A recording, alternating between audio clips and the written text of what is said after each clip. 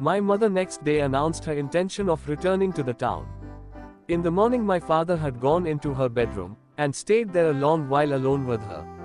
No one had overheard what he said to her, but my mother wept no more. She regained her composure, and asked for food, but did not make her appearance nor change her plans. I remember I wandered about the whole day, but did not go into the garden, and never once glanced at the lodge, and in the evening I was the spectator of an amazing occurrence. My father conducted Count Malevsky by the arm through the dining room into the hall, and, in the presence of a footman, said icily to him, "A few days ago Your Excellency was shown the door in our house. And now I am not going to enter into any kind of explanation with you, but I have the honor to announce to you that if you ever visit me again, I shall throw you out of window. I don't like your handwriting." The Count bowed, bit his lips, shrank away, and vanished. Preparations were beginning for our removal to town, to Abati Street, where we had a house. My father himself probably no longer cared to remain at the country house, but clearly he had succeeded in persuading my mother not to make a public scandal.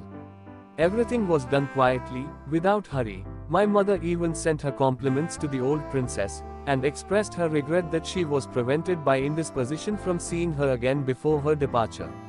I wandered about like one possessed, and only longed for one thing, for it all to be over as soon as possible. One thought I could not get out of my head: how could she, a young girl, and a princess too, after all, bring herself to such a step, knowing that my father was not a free man, and having an opportunity of marrying, for instance, Bylev Zorov? What did she hope for?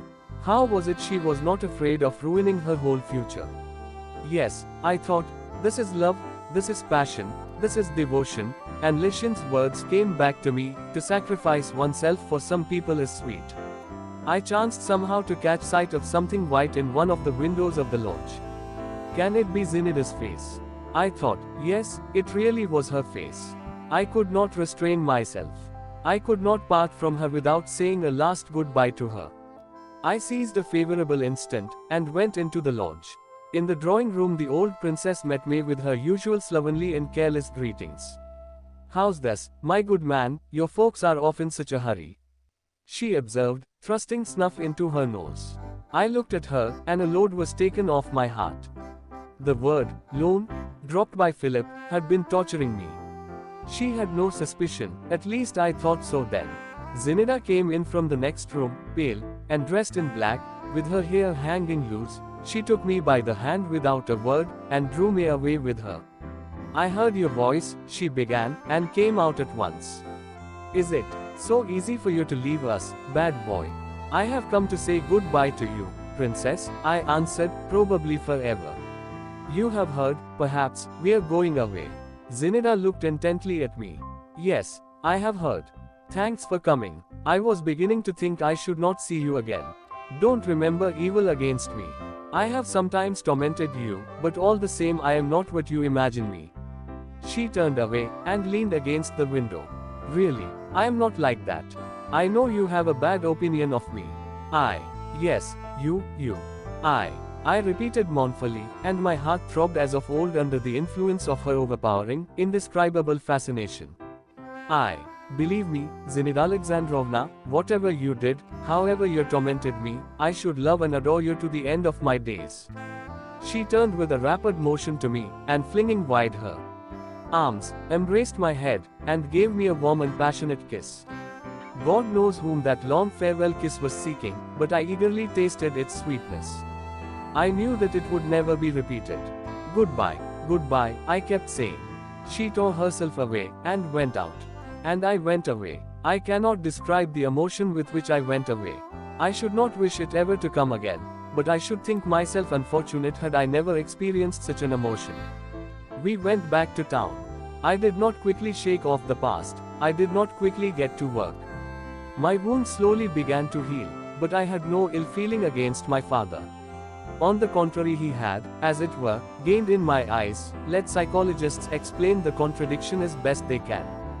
One day I was walking along a boulevard, and to my indescribable delight, I came across Leshin. I liked him for his straightforward and unaffected character, and besides he was dear to me for the sake of the memories he aroused in me. I rushed up to him. "Aha!" he said, knitting his brows. So it's you, young man. Let me have a look at you. You're still as yellow as ever, but yet there's not the same nonsense in your eyes.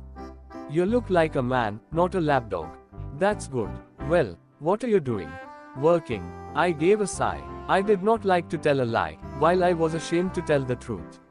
Well, never mind, Lishin went on, don't be shy. The great thing is to lead a normal life, and not be the slave of your passions.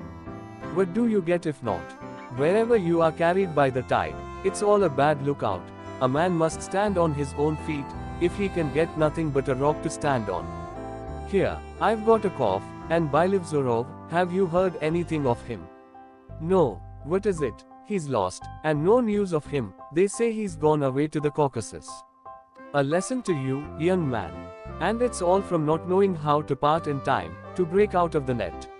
You seem to have got off very well. Mind you don't fall into the same snare again. Goodbye. I shan't. I thought I shan't see her again. But I was destined to see Zinida once more.